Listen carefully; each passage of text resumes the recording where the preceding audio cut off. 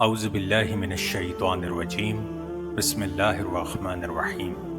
تابوت سکینہ سیر شمشاد کی ایک لکڑی کا صندوق تھا جو حضرت آدم علیہ السلام پر نازل ہوا تھا۔ یہ آپ کی آخر زندگی تک آپ کے پاس ہی رہا،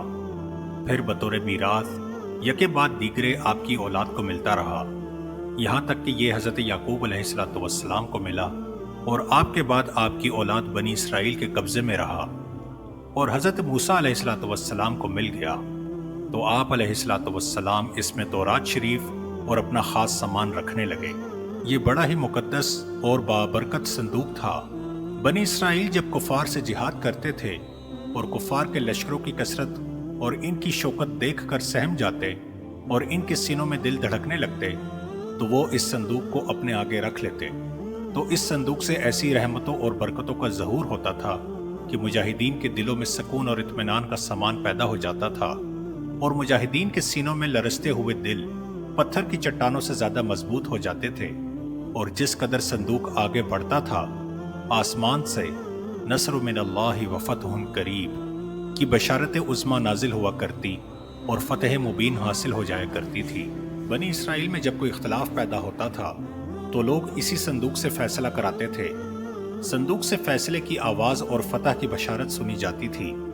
بنی اسرائیل اس صندوق کو اپنے آگے رکھ کر اور اس کو وسیلہ بنا کر دعائیں مانگتے تھے تو ان کی دعائیں مقبول ہوتی تھیں اور بلاؤں کی مصیبتیں اور وباؤں کی آفتیں ٹل جایا کرتی تھیں۔ الغرض یہ صندوق بنی اسرائیل کے لیے تابوت سکینہ، برکت و رحمت کا خزینہ اور نصرت خداوندی کے نزول کے لیے نہایت مقدس اور بہترین ذریعہ تھا۔ مگر جب بنی اسرائیل طرح طرح کے گناہوں میں ملوث ہو گئے اور ان لوگوں میں معاصی و طغیان اور سرکشی و عصیان کا دورہ ہو گیا تو ان کی بدعمالیوں کی نحوست سے ان پر خدا کا یہ غضب نازل ہو گیا کہ قوم عمالقہ کے کفار نے ایک لشکر جرار کے ساتھ ان لوگوں پر حملہ کر دیا۔ ان کافروں نے بنی اسرائیل کا قتل عام کر کے ان کی بستیوں کو تاخت و تاراج کر ڈالا، عمارتوں کو توڑ پھوڑ کر سارے شہر کو تہس نہس کر ڈالا، اور اس متبرک صندوق کو بھی اٹھا کر لے گئے۔ اس مقدس تبرک کو نجاستوں کے کوڑے خانے میں پھینک دیا۔ لیکن اس بے ادبی کا قوم عمالقہ پر یہ وبال پڑا کہ یہ لوگ طرح طرح کی بیماریوں اور بلاؤں کے ہجوم میں جھنجھوڑ دیے گئے۔ چنانچہ قوم عمالقہ کے 5 شہر بالکل برباد اور ویران ہو گئے،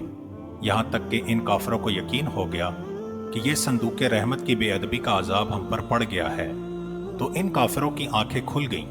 چنانچہ ان لوگوں نے اس مقدس صندوق کو ایک بیل گاڑی پر لاد کر بیلوں کو بنی اسرائیل کی بستیوں کی طرف ہانک دیا۔ پھر اللہ تعالیٰ نے 4 فرشتوں کو مقرر فرما دیا جو اس مبارک صندوق کو بنی اسرائیل کے نبی حضرت شموئیل علیہ السلام کی خدمت میں لائے۔ اس طرح پھر بنی اسرائیل کی کھوئی ہوئی نعمت دوبارہ ان کو مل گئی، اور یہ صندوق ٹھیک اس وقت حضرت شموئیل علیہ السلام کے پاس پہنچا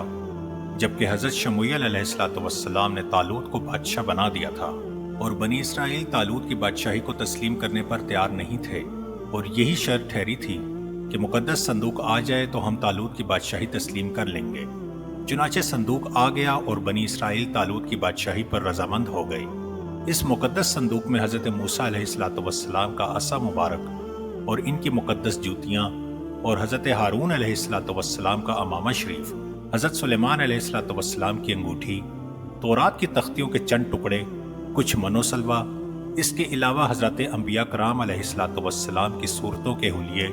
وغیرہ سب سامان تھے۔ اگر آپ کو ہماری یہ ویڈیو پسند آئی ہے تو اسے لائک کریں، چینل کو سبسکرائب کریں اور دیے گئے کامنٹ باکس میں اپنی رائے کا اظہار کریں۔ اللہ پاک ہم سب کا حامی و ناصر ہو، آمین ثم آمین۔